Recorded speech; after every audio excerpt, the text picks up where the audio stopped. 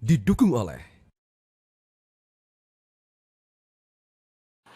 Adik-adik pemirsa di rumah, terima kasih. Syukron jazilan masih bersama kami di Syiar Madrasah Ramadan. Dan sesuai yang dikatakan tadi, kita akan langsung memasuki penjelasan materi pertama di hari ini, yakni tentang tokoh-tokoh besar yang lahir di pesantren di Nusantara ini. Yuk langsung saja kita saksikan. Tafadhol Bapak Anasom. Assalamualaikum warahmatullahi wabarakatuh.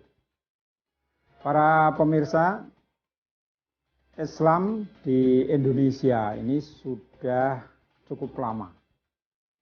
Dan khususnya di Tanah Jawa, itu juga sudah cukup lama. Dan yang menarik, Islam di Tanah Jawa ini kemudian berhasil mendirikan lembaga pendidikan. Karena apa? Memang pendidikan ini pesan yang sangat penting dari agama Islam. Kita ingat Al-Quran yang pertama turun itu adalah perintah Iqra. Nah, perintah Iqra ini kemudian oleh Rasulullah dimunculkan juga dalam bentuk bagaimana Rasulullah mendidik masyarakat. Ketika Islam kemudian sudah mulai menyebar di masyarakat, Rasulullah kemudian berdakwah dan setelah banyak orang-orang masuk Islam, lalu apa?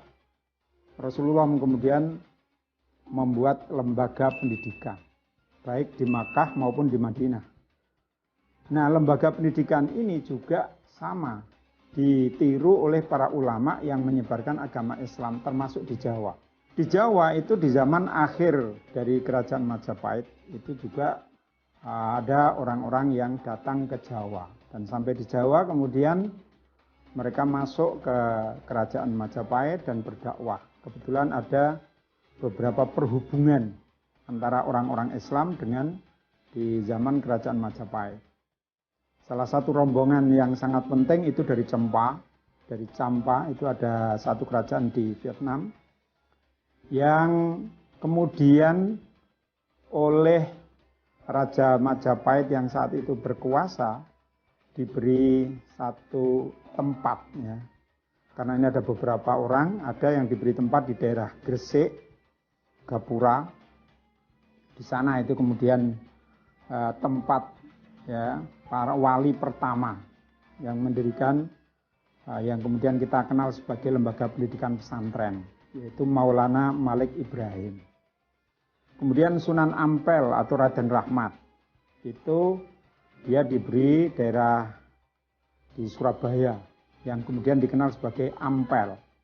Maka Raden Rahmat yang kemudian berdakwah di wilayah itu dikenal sebagai Sunan Ampel.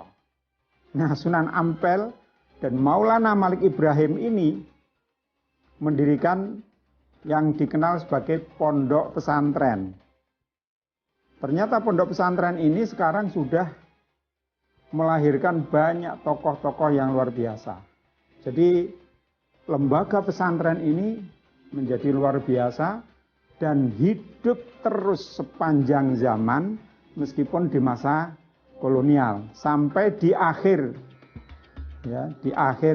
abad 19 itu di Semarang juga lahir ada seorang tokoh kiai yang luar biasa yang namanya sangat dikenal oleh para kiai, hampir semua kiai di Indonesia.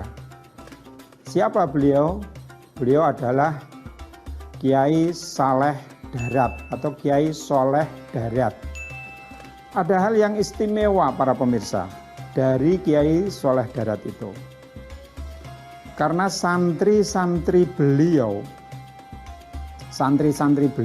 yang mondok di darat itu adalah ternyata tokoh-tokoh yang sekarang ini kita kenal sebagai tokoh-tokoh yang luar biasa.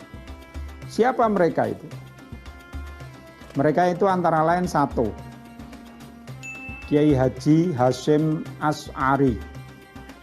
Saya kira ini banyak sekali orang mengenal, orang Indonesia, bahkan tidak hanya orang Indonesia, orang luar pun Bahkan ada satu biografi yang ditulis oleh orang Libanon, menulis tentang Kiai Haji Hasyim Asy'ari.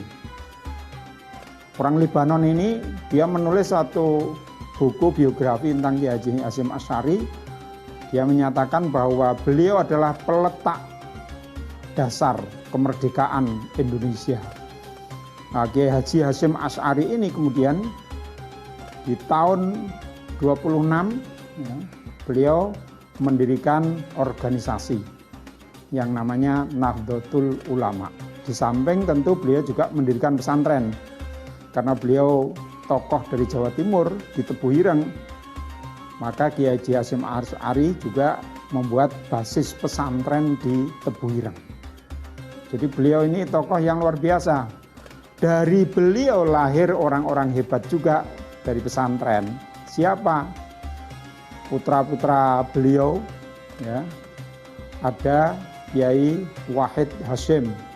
Ini juga tokoh yang luar biasa dalam mendirikan Indonesia. Dari Kiai Haji Wahid Hasyim kemudian pesantren itu sudah pernah lahir oleh seorang tokoh yang pernah menjadi Presiden Republik Indonesia. Adik-adik pemirsa di rumah, kita akan lanjutkan kembali pembahasannya setelah yang satu ini. Jangan kemana-mana, tetap bersama kami di Syiar Madrasah Ramadan.